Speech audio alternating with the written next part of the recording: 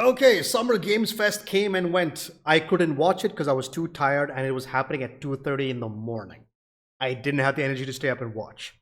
But Guild Wars 3 has been announced. Now, over the past week, there have been posts on both the Guild Wars 2 Twitter and the original Guild Wars Twitter as well as several partners of Guild Wars 2 were given this piece of artwork.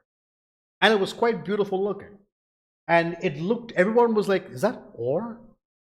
That could be ore. So let's see what they've revealed for the game. Let's have a look.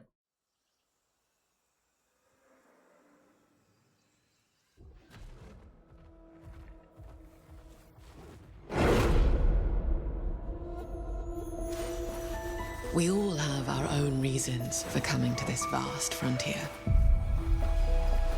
But for our guild, we who protect this land, one reason stands above all others: our wonder. You feel it too. We see it.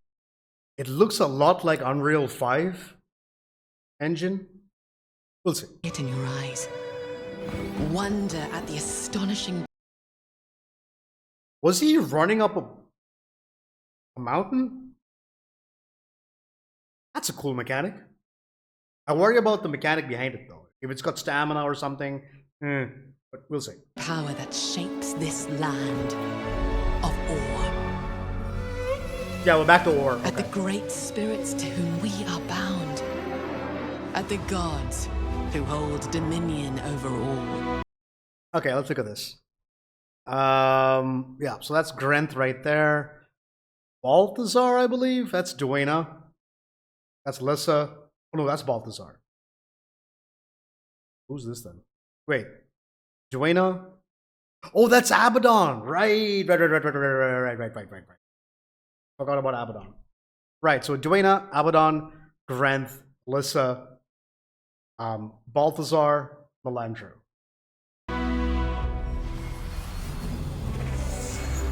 We cannot guarantee your comfort or even your safety.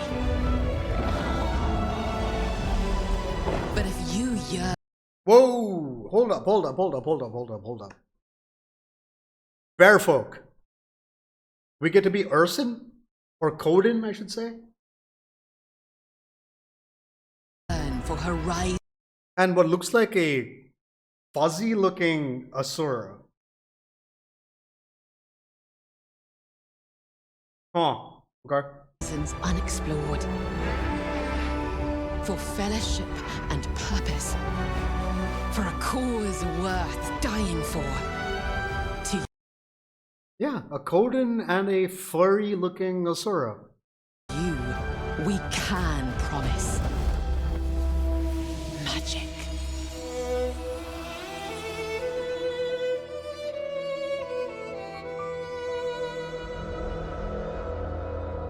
Got a PS5 as well.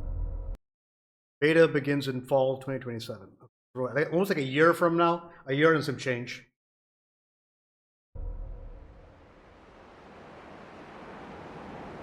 Right, this is the artwork everyone saw. Even the partners got this artwork in physical fashion. Right? Okay, so a bit of lore.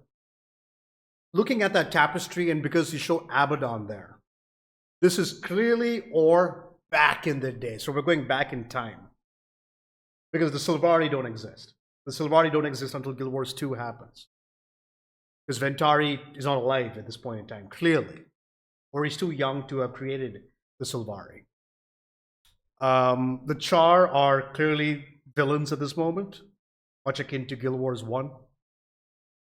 But this looks like it's going to be even before that, before Guild Wars 1. Okay, so what ended up happening is Or was the pinnacle of humanity, if I remember correctly. Correct me if I'm wrong, of course. But Or, the people of Or were considered to be the tippy top of all, the pinnacle of humanity's advancements in magic and technology. Right? And then you had the humans of Ascalon, which is where you play as when you play Guild Wars 1. The Char then create, the Flame Legion specifically, create the Surin, which is a giant fireball they fire at Ascalon, which sears it from the face of the earth, destroys everything. The last couple of human survivors, Prince Rurik and the players, and several other important members, leave, and we head to Kryta, where we set up in Lion's Arch, because that's our one zone of safety.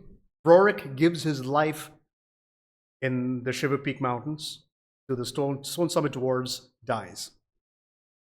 And then the games continue.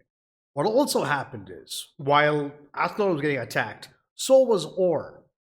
So the Char headed towards Orr, and one of the viziers used forbidden magic to try and stop the Char.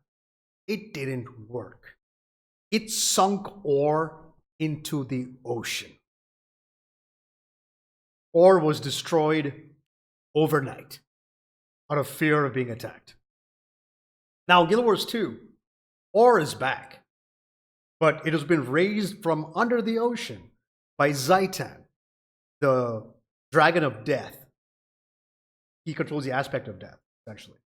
And he is the main villain of the base game of Guild Wars 2. So we get to go back to this land we've only heard about. Like, there are parts of Orr that you can visit in Guild Wars 2. So in Guild Wars 1, sorry.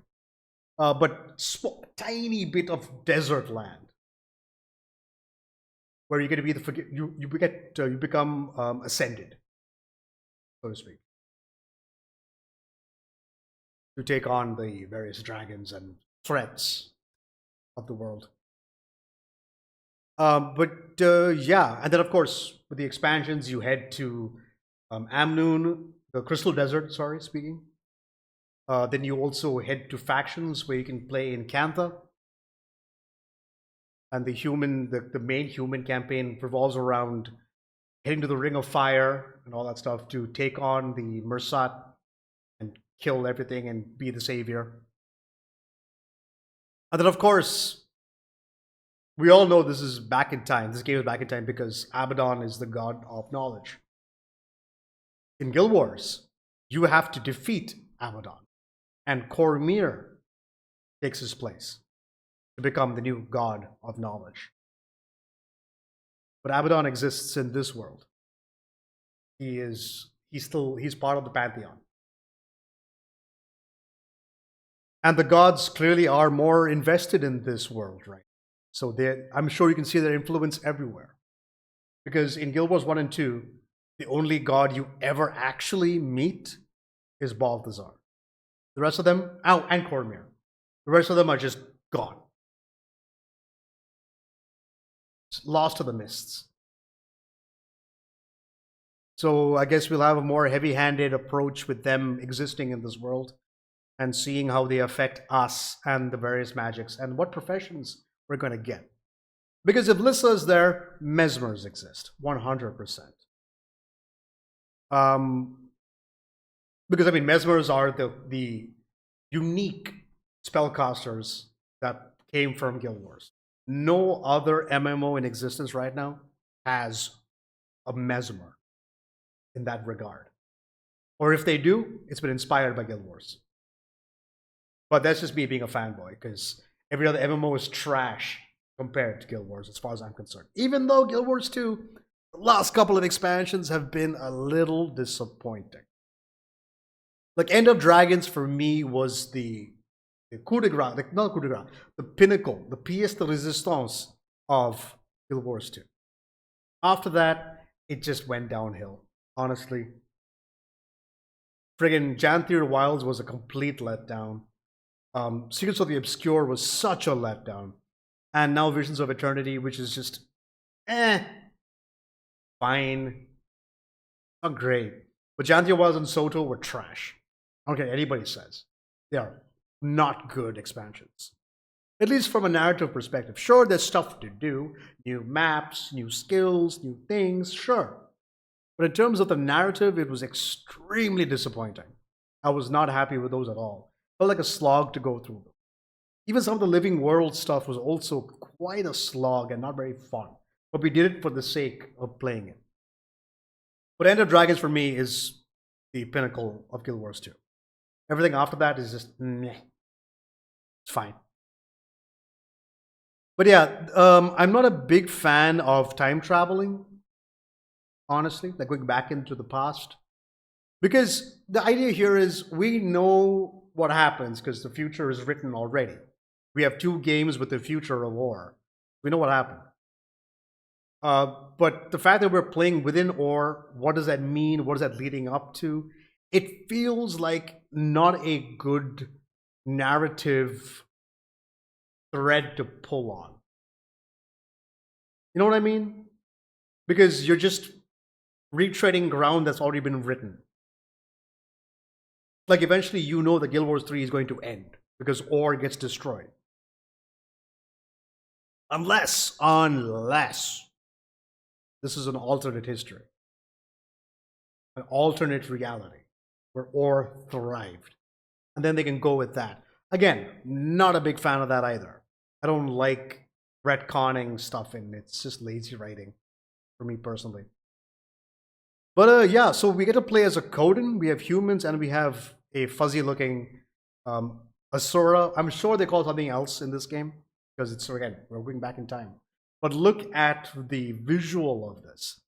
This is alpha footage from in-game engine. It looks a lot like Unreal 5, which I don't know if it's a good thing or a bad thing. I don't know if Unreal can handle an MMO. But it's beautiful looking, very pretty looking.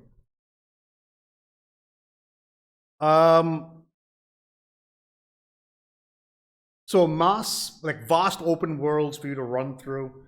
Not a whole lot of civilization from the looks of it. At least where the player is, the player character is.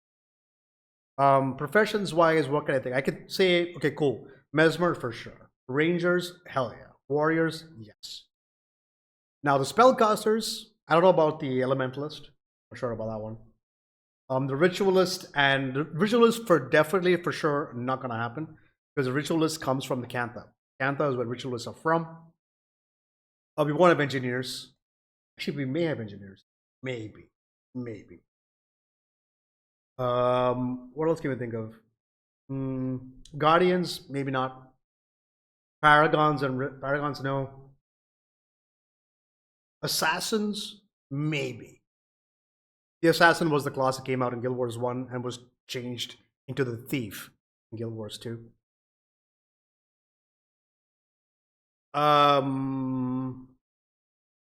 Could monks come back? That could be interesting. So the monk was the premier healer class, hero profession, we should say, in Guild Wars 1. You would do healing magic, keeping people alive.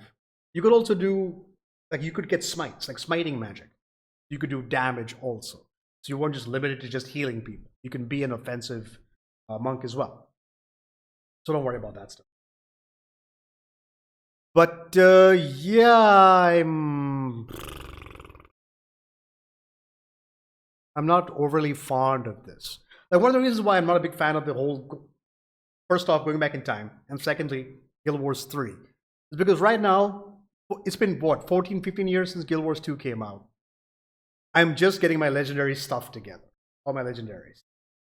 So I feel like I've lost the plot. Like, what's the point in me grinding for legendaries anymore? Just to do endgame content. Like, I want to do raids. I want to do all the high level content. And I want legendary armor and stuff like that to do the high level content. But all the high level contents, like all legendary stuff, is locked behind massive time gates, massive time sinks. You're just like, ugh, I've got to do all of this just for for another year and a half worth of play. I'm not mad as much as I'm frustrated, but I'm more frustrated with myself, if anything. The fact that I didn't use my time effectively, right? But that's okay, because the game will still be running. I'm pretty damn sure, because Guild Wars 1 is still running. I don't think they're going to shut down the server of Guild Wars 2. But I'm looking forward to seeing what Guild Wars 3 has to offer. I am cautiously optimistic. But all in all, could be worse. Could be worse. Game looks good. Music is nice. The visuals are good. No real gameplay question mark per se. Like you see certain snippets of things happening, but then we don't know how that functions. That's the important thing. Mounts are back, which is great. At least we start the game with mounts. As opposed to Guild Wars 2, we had to wait for 2 expansions. The second expansion to get our hands on mounts. All we had were gliders then. But yeah. But that's all I can deduce from this gameplay trailer. I see gameplay trailer. This Guild Wars 3 reveal. We're going back to Ore. We're clearly back in time. A couple of professions will clearly be coming back as usual. And yeah. Okay. Leave all your thoughts and comments about this down below. Like the video. And if you want to see more stuff like this, hit that subscribe button. And I'll catch you guys all next time. It's over from me to you guys. Till then. Peace out.